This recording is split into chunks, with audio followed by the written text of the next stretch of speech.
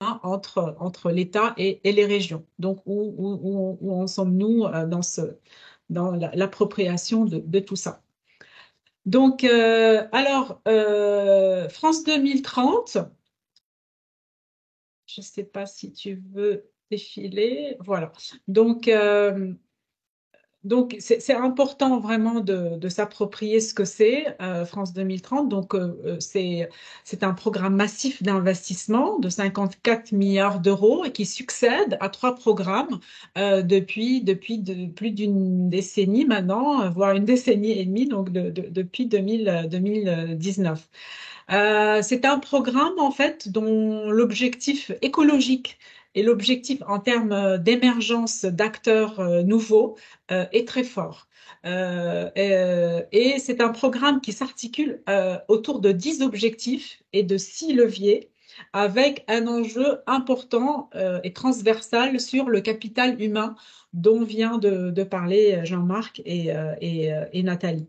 Donc, c'est voilà, je ne le répéterai pas assez, je pense. Et il faut vraiment, vraiment s'approprier ces objectifs et ces six leviers. Et vous voyez en fait qu'ils préparent ces objectifs et leurs conditions de réussite préparent la France de demain. Et ça, vous trouverez ces informations également sur le site du SGPI qui est complet en matière de fourniture d'informations. Donc, France2030.gouv.fr. merci, merci Jean-Marc. Alors, au sein de France 2030, donc on a deux dispositifs qui ciblent les compétences. Alors, les deux dispositifs répondent aux besoins des entreprises en matière de formation et de compétences pour les métiers de demain. Donc, les deux répondent aux besoins d'entreprise. La grande différence entre les deux, c'est que CM1, donc compétences et métiers d'avenir, euh, il répond très directement aux objectifs de France 2030, donc les 10 objectifs qu'on a vus tout à l'heure dans le slide d'avant. Donc, il faut vraiment que les dispositifs de formation s'inscrivent dans la droite ligne des objectifs de 2030, alors que France 2030 régionalisé, il est plus ouvert quant aux thématiques abordées et il est en ligne avec les priorités régionales. Donc, c'est très important puisque il est vraiment lancé à partir des régions d'une façon très décentralisée. Et ça, le SGPI et l'État tenaient à ce que les lancements des appels à projets et la gestion de ces appels à projets soient très décentralisés. Et il répond en cela aux priorités de chaque région. Alors, donc, par rapport, donc je vous disais, il y a un slide en annexe sur l'appropriation, mais on va peut-être pas y aller pour pas casser la dynamique, mais juste sachez que France 2030 régionalisé fait suite au PIA 3 régionalisé, PIA 3 régionalisé donc en matière de formation.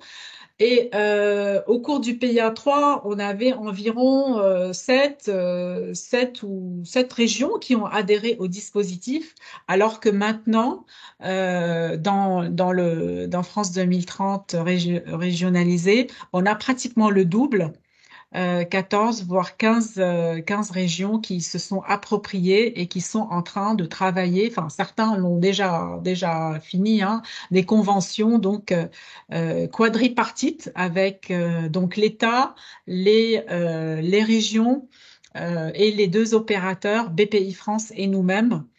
Donc, qui sont les opérateurs de France 2030 régionalisés. Donc, voilà, bah, écoutez, je vais passer la parole vraiment pour entrer dans le vif du sujet avec Costas. Et sachez que on vous enverra le slide où on les mettra sur notre site. On vous indiquera où trouver les slides pour mémoire pour plus tard. Voilà. Costas, Je vous Oui, passe l'antenne. merci Nada. Donc, les slides qui vont suivre servent à faire la comparaison entre les deux dispositifs afin que vous puissiez vraiment saisir la complémentarité et l'articulation entre les deux. Donc, tout d'abord, l'initiateur et financeur de chacun des dispositifs sont différents. Dans CMA, nous avons l'État et pour le France 2030 régionalisé, c'est un cofinancement et une codécision et une cogestion du dispositif par l'État et les régions qui ont choisi de déployer le dispositif. Donc, le SGPI également a un rôle très important sur les deux dispositifs et les soutient et les suit très particulièrement. Sur la durée, les deux dispositifs sont ouverts jusqu'en 2025 et par contre, sur les appels à projets régionaux, les régions sont et les préfectures sont aux manettes pour pouvoir moduler et réguler aussi bien les durées des appels à projets, mais également les vagues et levées des sélections euh, quand il y en a. Pour les opérateurs sur les régionalisés, Caisse des dépôts, Banque des territoires, on est un seul opérateur, tandis que CMA, nous sommes deux opérateurs. Il y a l'ANR et la Caisse des dépôts. Et pour ce qui est du process, dans le volet régionalisé, l'instruction est faite par l'opérateur, tandis que dans CMA, nous avons un rôle prépondérant des coordinateurs et du jury qui se saisissent vraiment de l'instruction des dossiers. Et comme on Euh, Peut-être, disait tout, oui, ouais, Nathalie. Nathalie. sur la slide précédente, peut-être redire, même si on l'a dit en webinaire généraliste, que la saison 2 qui vient de s'ouvrir de l'AMI Compétences et métiers d'avenir est dotée d'une enveloppe financière de 700 millions d'euros. Donc c'est un dispositif au fil de l'eau qui nous donne à penser que nous irons jusqu'en 2025, mais c'est facteur dépendant effectivement de l'enveloppe financière. On n'a pas une date de clôture qui est arrêtée, même si cette projection paraît probable sur l'année 2025 indiquée. Et le second sujet, dans la saison 2 de la MICMA, nous avons effectivement les coordinateurs interministériels, mais également les ministères pilotes et associés qui donnent un avis dès le dépôt de la lettre d'intention pour bien articuler et coordonner les politiques publiques, ce qui préalablement où seulement les coordinateurs intervenaient au moment de l'instruction et ensuite effectivement le jury tel qu'il a œuvré jusqu'à présent. Merci Nathalie.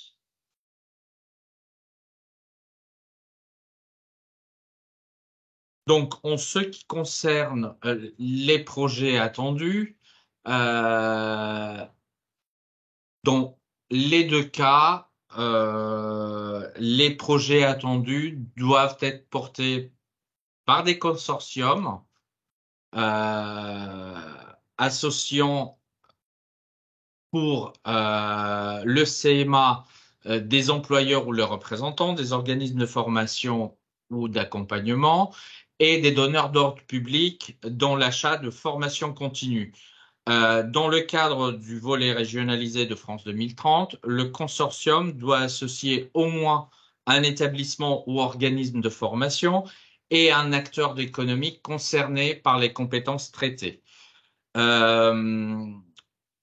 Sur les projets attendus, dans CMA, il est très important, il y a les stratégies, les objectifs et les leviers avec des fiches thématiques qui donnent vraiment les besoins auxquels doivent répondre les dossiers de candidature, tandis que dans le régionalisé, on est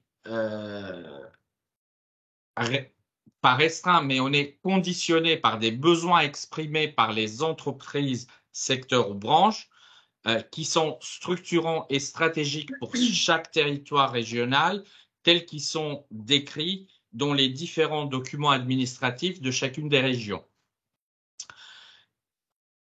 Dans ce cadre, le périmètre géographique pour les volets régionalisés, comme son nom l'indique, est régional et infrarégional, tandis que CMA, on a tous les cas de figure du régional, de l'international et ou national, et il y a même des fiches thématiques qui demandent aussi des collaborations à l'international.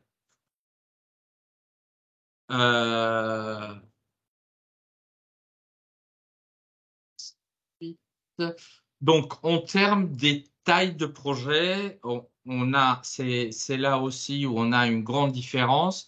Sur le France 2030 régionalisé, l'assiette éligible minimum est de 400 à 500 000 euros par rapport aux différentes régions et 200 000 pour les outre-mer, tandis avec une subvention max de 2 millions d'euros, tandis que pour le CMA, on a une demande de subvention minimum de 1 million d'euros.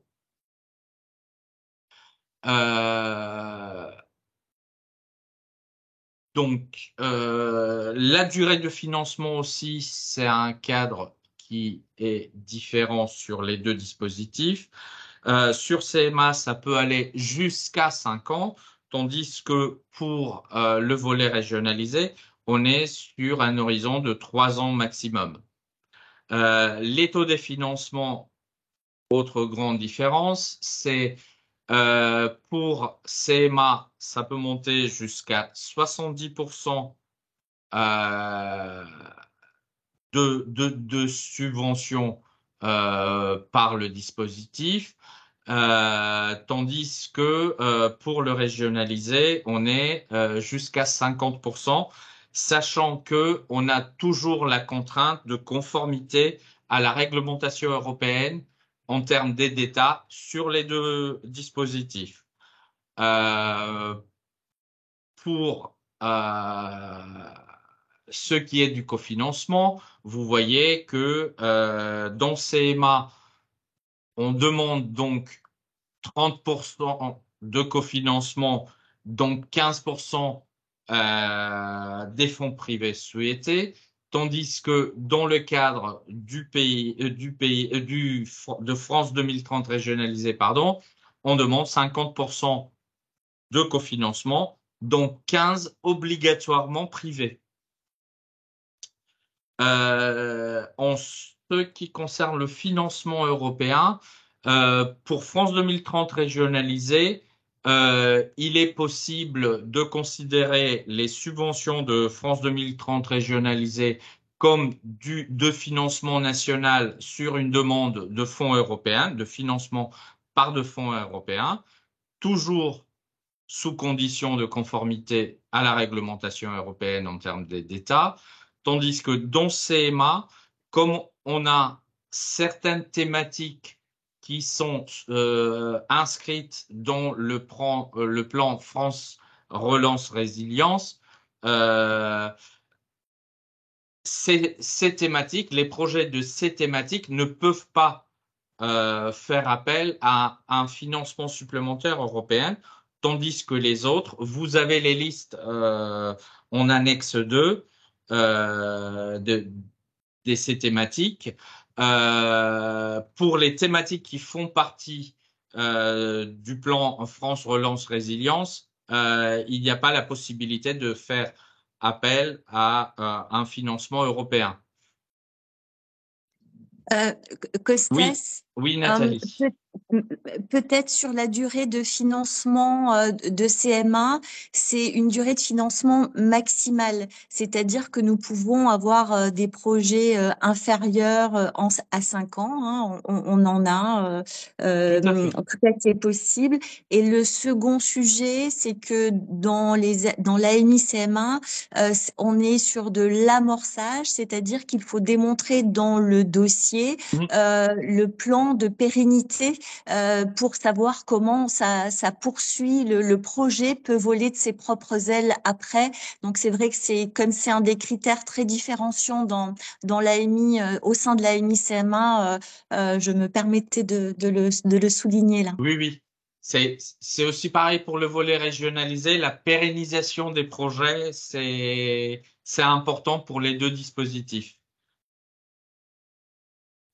Sur les modalités de soumission, là, on a une très forte évolution dans le cadre de l'AMI-CMA qui désormais se fait au fil de l'eau et en deux étapes.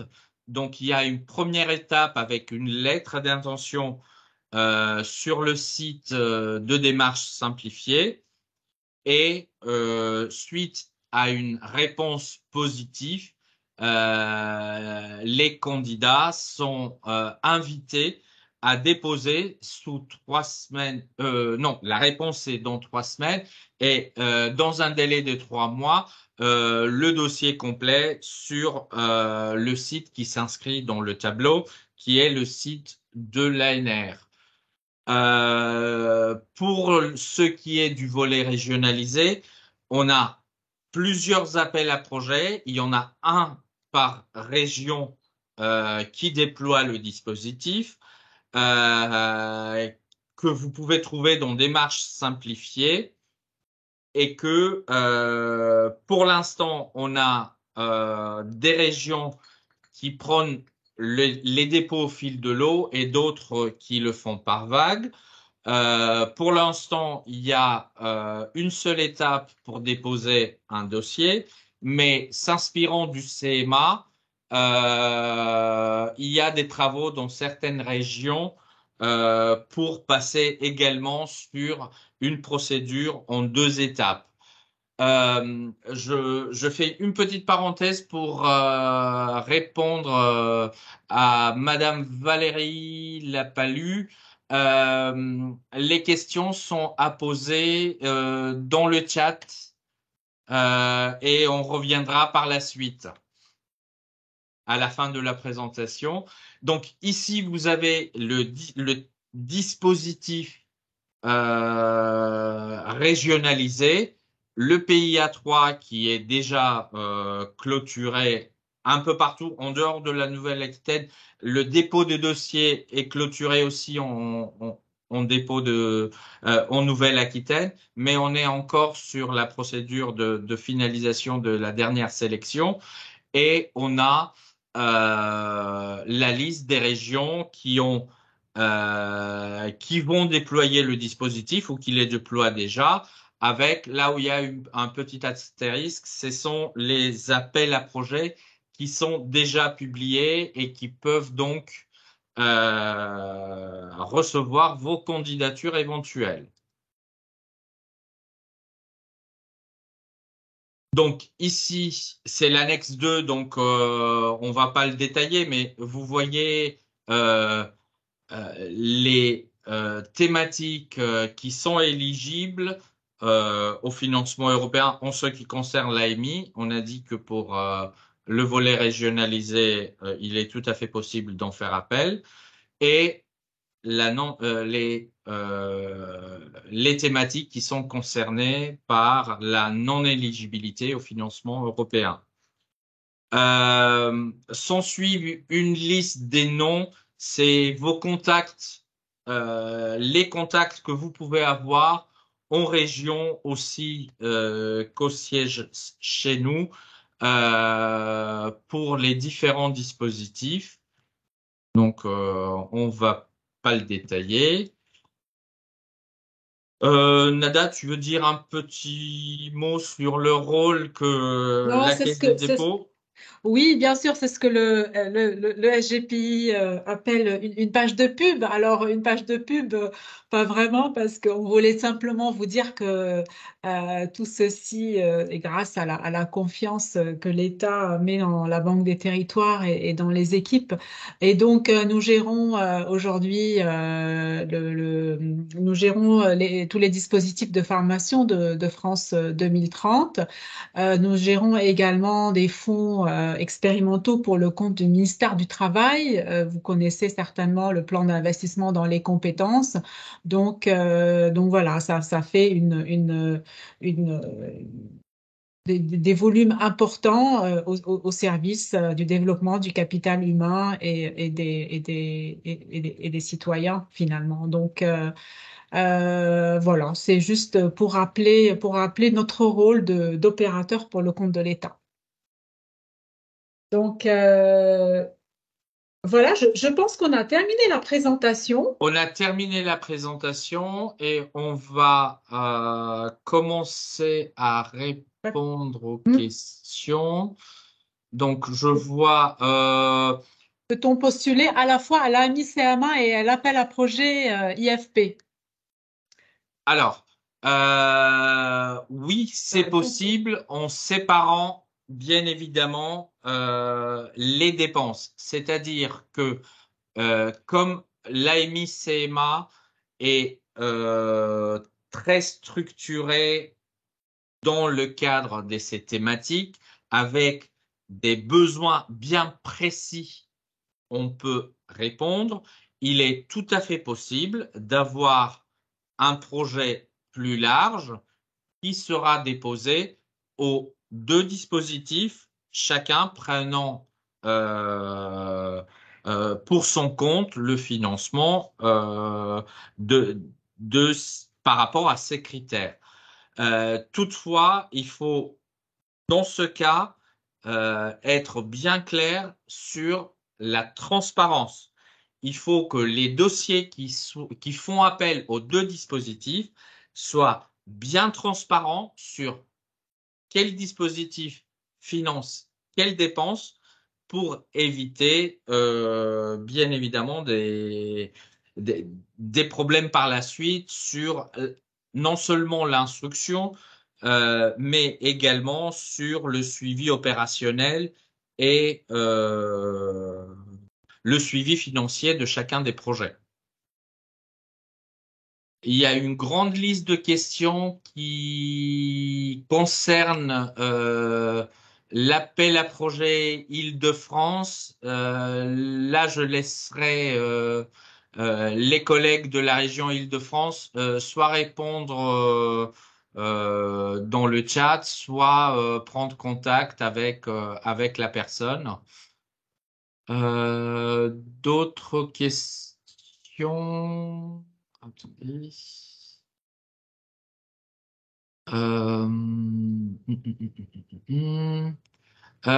Sur la réglementation européenne. Bon, la réglementation européenne se limite en une phrase. Les subventions ne sont pas permises au sein de l'Union européenne.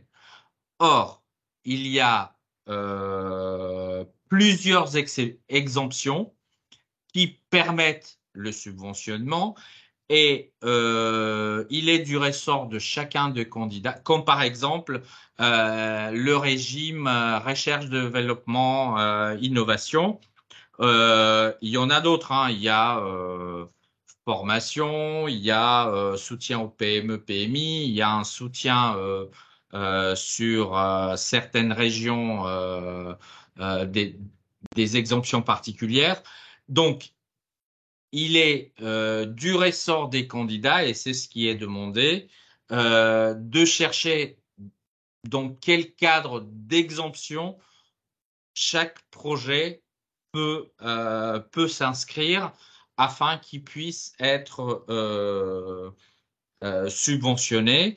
Après, sur chacune des exemptions, il y a des taux maximum par rapport au coût du projet et il y a certaines dépenses qui sont admises. Normalement, si on imagine ça comme une pyramide inversée, on a la réglementation européenne qui est tout en haut, et ensuite on a les différents appels à projets ou appels à manifestation d'intérêt. Et c'est de cette façon qu'il faut le concevoir par la suite. C'est d'ailleurs comme ça qu'on fait aussi l'analyse de conformité aux aides d'État. C'est la conformité aux exigences de l'AMI ou l'AAP et la réglementation européenne. Existe-t-il un AMI ou un AAP concernant les ressources financières pour soutenir les porteurs de projets? J'avoue que je ne comprends pas vraiment la question, sauf si c'est des ressources d'ingénierie pour la constitution des dossiers. Là, dans les deux dispositifs, je crois que c'est non. Je sais que pour l'AMI-CMA, il y a certaines régions qui mettent en place un accompagnement particulier, mais je ne saurais pas vous dire lesquels c'est. Pour le reporting des appels à projets, comment cela va-t-il se dérouler?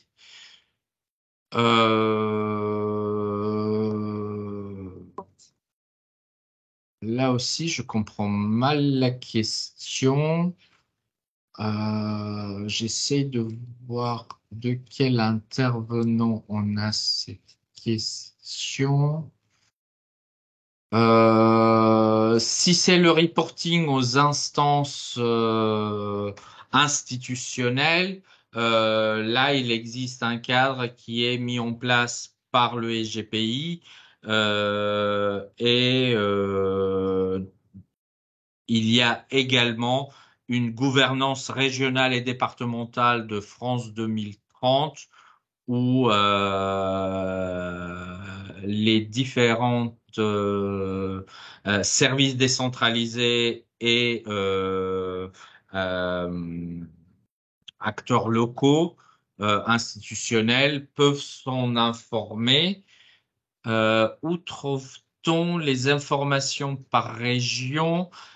C'est dans les documents, dans le cadre des différents appels à projets régionaux.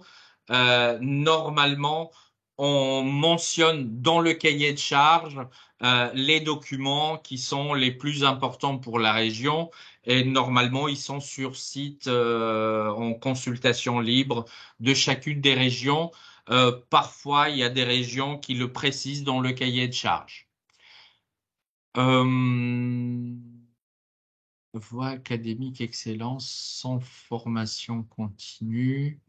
Donc, doit-on quand même inclure dans le consortium un donneur d'ordre? C'est une question trop technique pour moi. Je ne sais pas si Nathalie peut répondre. Je, je reprends la question. Oui, oui. Si l'on répond au volet CMA, voie académique d'excellence, sans formation continue, doit-on quand même inclure dans le consortium un donneur d'ordre public dans l'achat de formation continue? Oui, on doit nécessairement avoir les trois acteurs mentionnés dans le cahier des charges dans le consortium.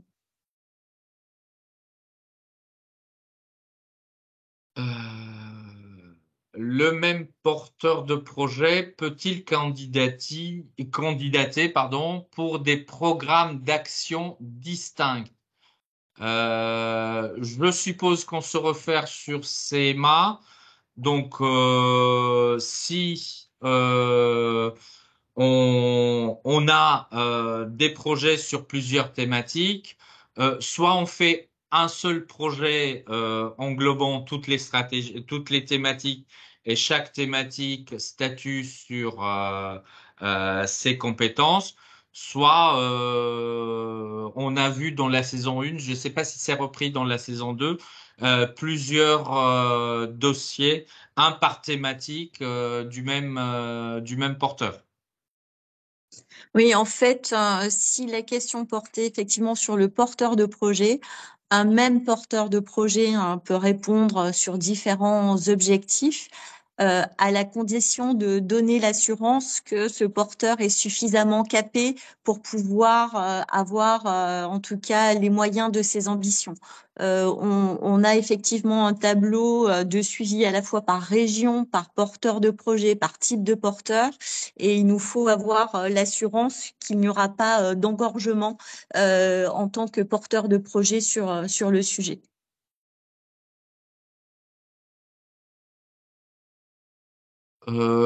Concernant l'éligibilité au CMA, vous dites qu'il faut que le projet réponde aux objectifs France 2030. Doit-il répondre à l'un des 10 objectifs ou bien s'intéresser aux thématiques listées? Non, c'est pas que les objectifs, mais de ces objectifs découlent des fiches thématiques où on décrit précisément quels besoins les projets doivent proposer des solutions. Donc, c'est beaucoup plus poussé que la simple thématique ou le titre d'une thématique. Oui, tout à fait. Il faut vraiment s'assurer d'avoir compris la problématique et c'est très bien décrit dans les fiches thématiques. Et donc, les fiches thématiques sont aujourd'hui la référence pour tous. C'est également la référence pour les instructeurs également. Ils doivent s'assurer que votre projet s'inscrit bien dans l'esprit de la thématique et que vous trouverez sur le site du SGPI. Je vous ai laissé l'adresse dans le chat. Le Et secteur d'ailleurs, du... Ah, pardon. les coordinateurs de stratégie, dans la lettre d'intention, pour la lettre d'intention de la MICMA, se réfèrent donc au cadrage qu'ils ont réalisé pour donner un go ou un no-go. Donc, nous avons fait un pivot en travaillant par objectifs assignés à France 2030. Ces objectifs sont éclairés par certaines stratégies qui sont documentées à la fois avec un bilan de ce qui a été fait en saison 1 et à la fois sur un cadrage de ce qui est attendu dans le cadre des sujets abordés dans les stratégies. Le secteur du vélo est-il éligible aux 2 appels à projets? Cela nécessite plus d'informations pour répondre concernant France 2030 régionalisée. Euh, Si c'est la construction de vélos, je pense que oui, mais il faut bien évidemment avoir les entreprises bénéficiaires des solutions qui seront proposées au projet participer dans le consortium. Pour le CMA, je pense vraiment qu'il faut aller sur les thématiques, les fiches thématiques pour voir si le secteur du vélo, mais ça dépendra vraiment de votre projet. L'AMI CMA ne finance pas le bâti. Est-ce que les PIA régionalisés permettent la subvention du bâti pour monter de nouveaux espaces de formation? La réponse générale est non. On a une seule région où ça peut être possible, mais sous plusieurs conditions.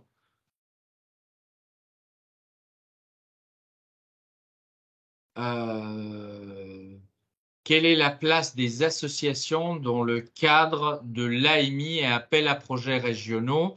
Est-ce que l'AMI s'adresse plutôt aux organismes de formation et non aux associations qui accompagnent l'emploi?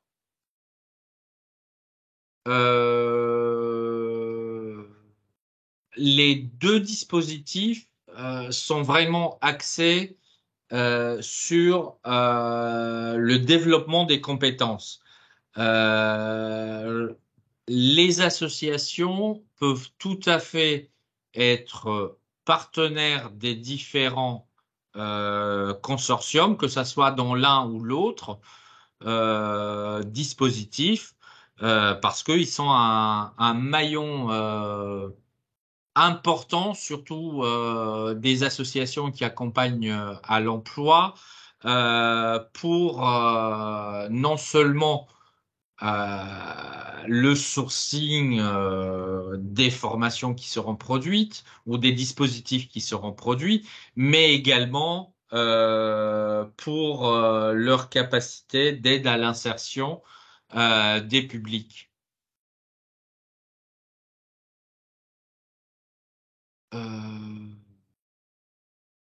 Peut-on postuler au volet 1 et 2 de l'AMI-CMA en même temps?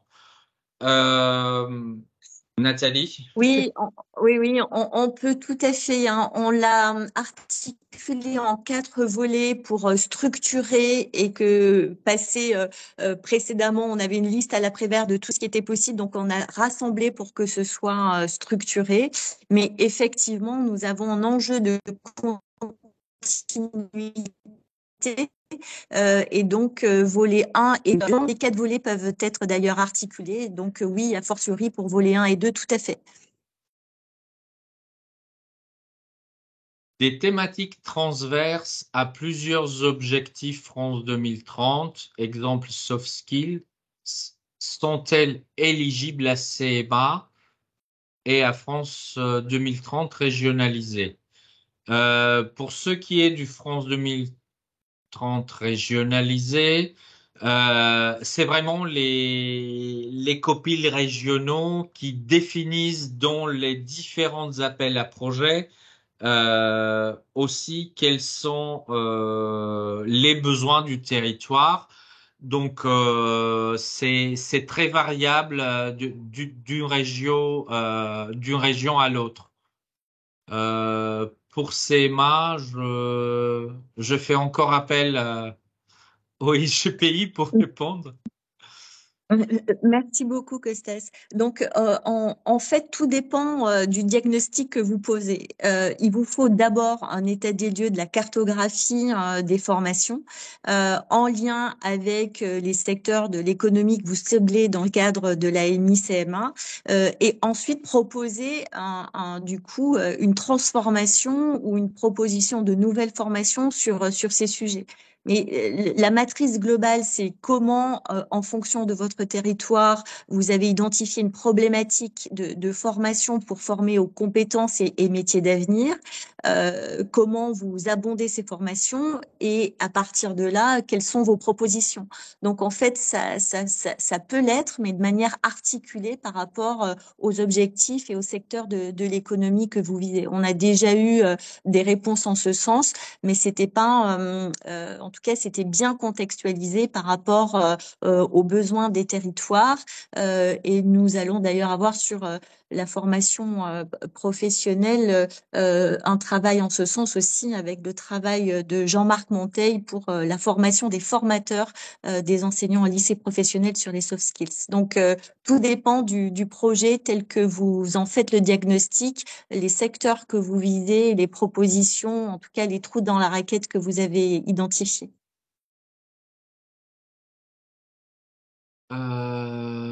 Ensuite, reporting de l'action pour demander les financements paiement. Alors, si on parle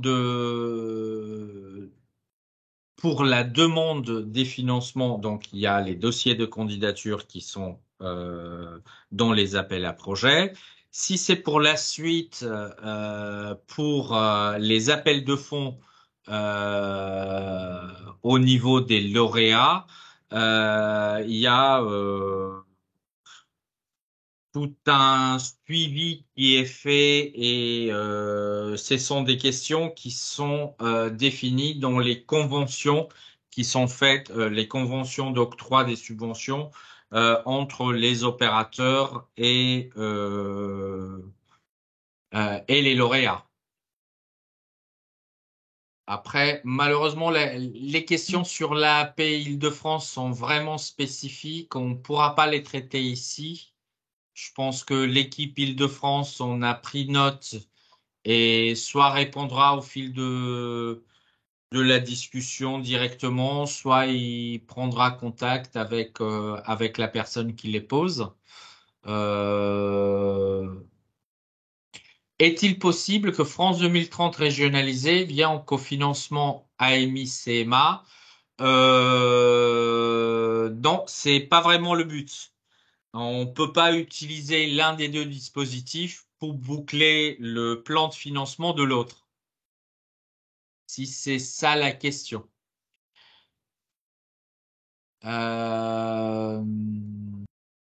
En tant qu'IFSI, organisme de formation en santé, est-il possible d'être subventionné sur une partie immobilière dans le cadre de création de campus ou c'est seulement sur l'axe de développement de nos formations en santé, laboratoire de simulation, développement du numérique en santé?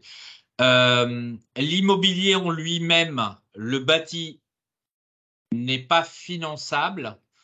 Par contre, les équipements, les plateaux techniques et les investissements en équipement, eux, sont éligibles. Si c'était ça votre question. Donc, je reprends. Oui. Alors, je réponds à la question, en fait, sur les fiches thématiques et les 10 objectifs. Alors, il y a les 10 objectifs de France 2030, mais il y a plus que 10 fiches thématiques parce que chaque objectif, après, il est cadencé, il s'articule autour de plusieurs thématiques. Donc, je vous invite à aller dans les fiches objectifs globales et au sein de ces fiches-là, vous allez voir que c'est scindé en plusieurs thématiques. Et donc, il faut que dans le cadre de CMA, il faut que la réponse corresponde à ces thématiques, en fait, ou à ces sous-objectifs. Si vous voulez un exemple, mettons dans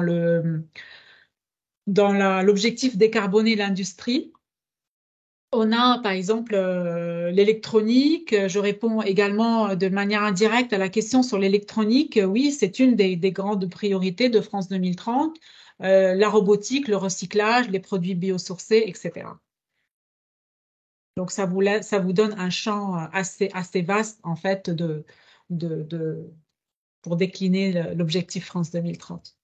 Je vous invite vraiment à aller voir et dans les objectifs et regarder en fait ce qui en découle. Voilà, j'espère que c'est clair.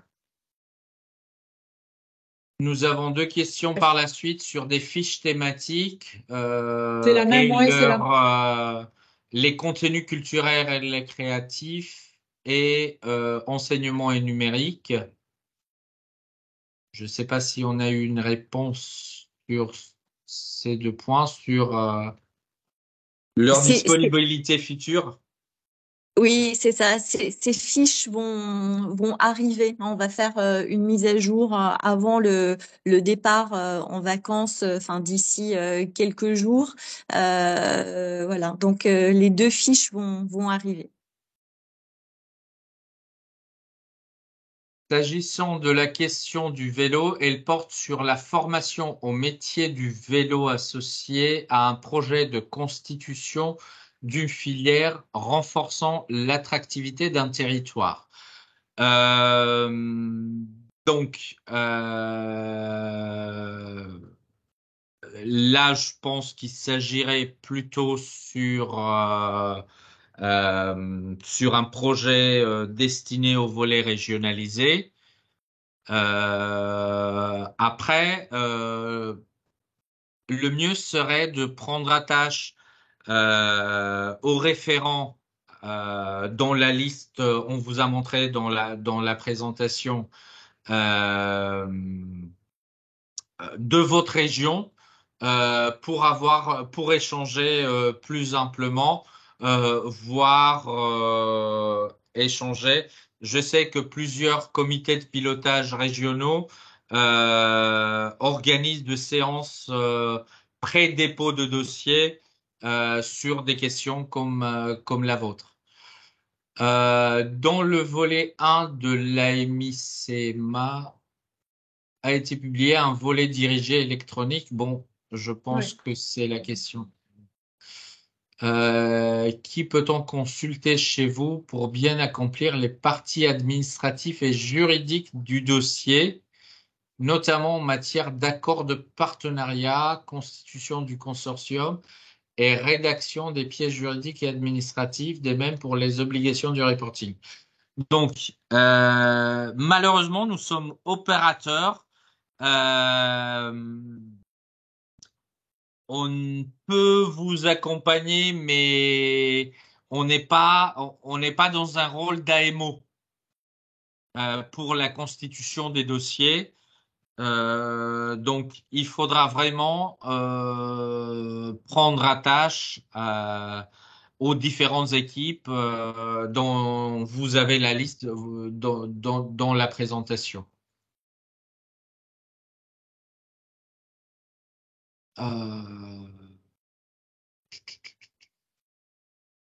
À partir de quand débutent les délais de carence entre le volet 1 et 2 à la date de la livraison à l'ANR, à la date de publication en ligne du rapport du diagnostic?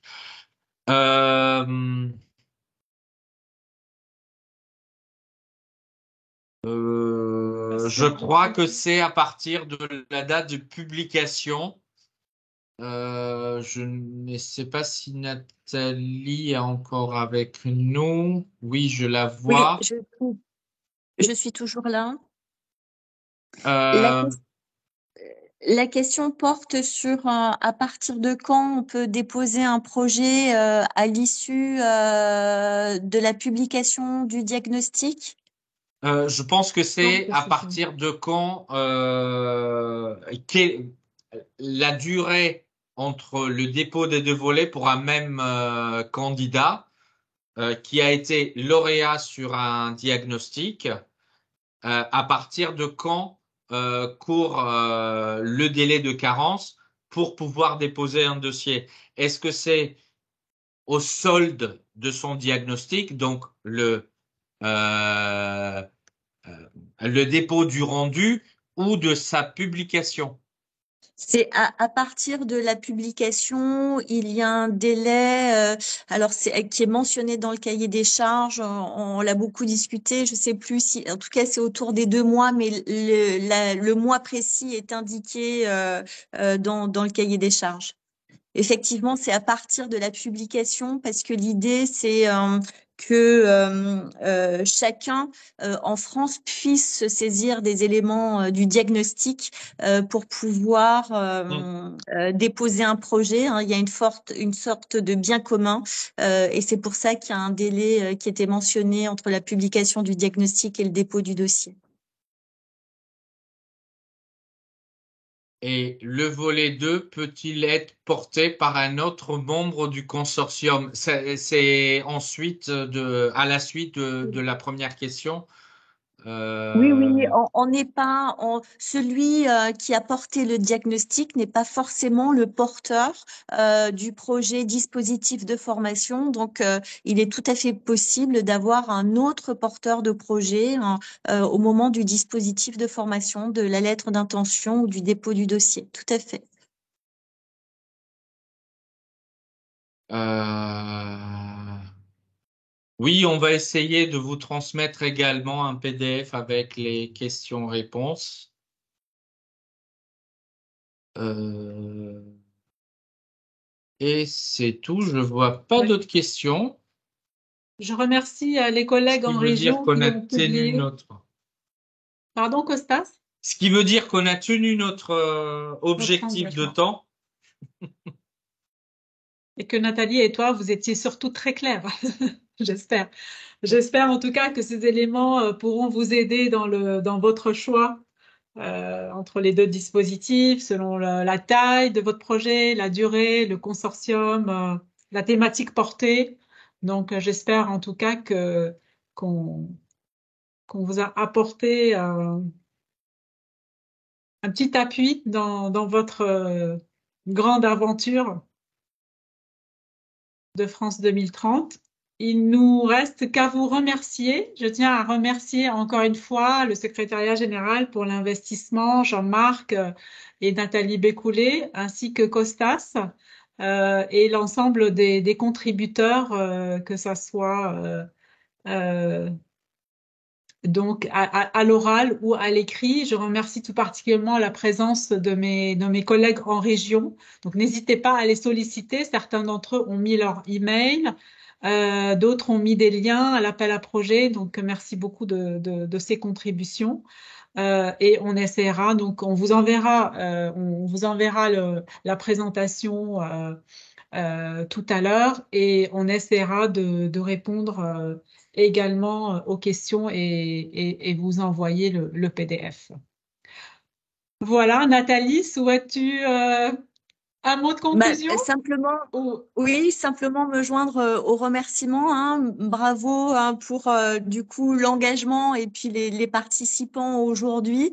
Il y a beaucoup de transformations à l'œuvre et en tout cas votre mobilisation était aussi très intéressante alors que on arrive bientôt dans un été qui devient très chaud. Merci aussi aux collègues de la Caisse des dépôts en région. Chaque fois qu'on se déplace avec notre secrétaire général pour l'investissement, on voit comment les équipes de proximité apportent aussi des éléments de réponse, d'explicitation, de clarification. Donc, on a là effectivement des équipes qui se parlent, qui travaillent dans le même sens et ça nous permet d'avoir un lien très proche avec les territoires sur lesquels on se veut encore plus ancré.